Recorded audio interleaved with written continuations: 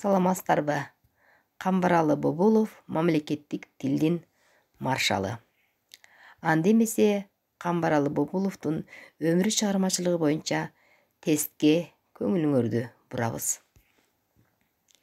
Ноокаттын кулуну Камбаралы Бобулов 85 жашта.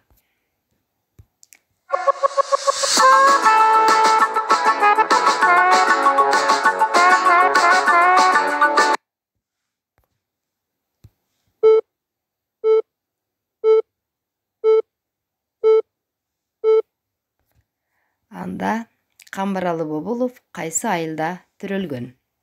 Убакыт кетти.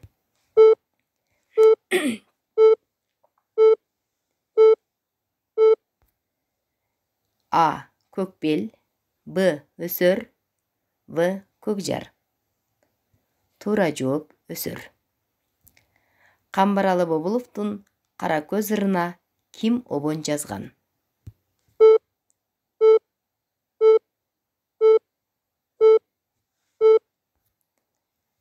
А. Исрадин Аманбаев, Б. Чубак Сатаев, В. Ильяс Абдразаков. Туура жооп Чубак Сатаев. Камбаралынын канча уул, канча кызы бар?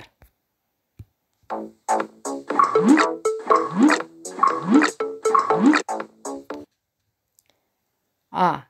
5 уул, 2 кыз, Б. 3 уул, 2 кыз, В. 5 уул, 1 кыз. Туура жооп А. 5 уул, 2 кыз. Камбаралы канча жашында дүйнөдөн кайткан?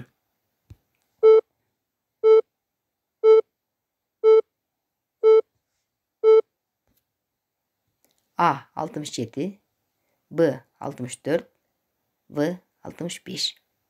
Туура жооп 67. Камбаралынын апасынын аты? А. Айжан, Б. Аиша, В. Айкан. Туура жооп Айкан.